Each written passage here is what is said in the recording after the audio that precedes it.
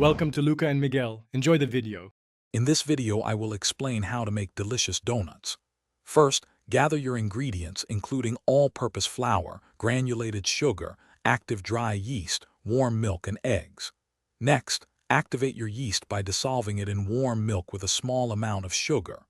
Combine the dry ingredients in a large bowl, then gradually add the wet ingredients, mixing until a soft dough forms.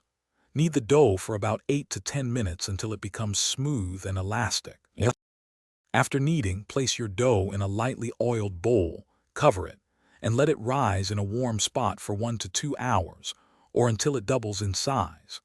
Once risen, gently punch down the dough and roll it out on a floured surface to a thickness of about 1/2 inch. Use a donut cutter to create your desired shapes, then carefully transfer them to baking sheets lined with parchment paper. Allow these shaped donuts to rise again for about 30 minutes. Now it's time to fry. Heat about 3 to 4 inches of vegetable oil in a deep pot or Dutch oven to 350 degrees Fahrenheit. Carefully place 2 or 3 donuts into the hot oil, being careful not to overcrowd the pot. Fry each side for 1 to 2 minutes, or until they are beautifully golden brown.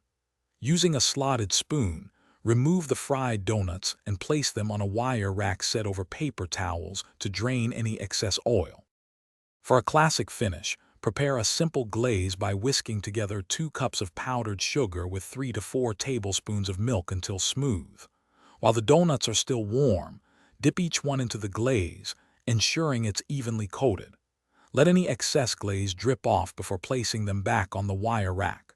Once the glaze sets, your homemade donuts are ready to be enjoyed. They are truly a delightful treat. Thanks for watching and please subscribe. It's the best investment you'll ever make.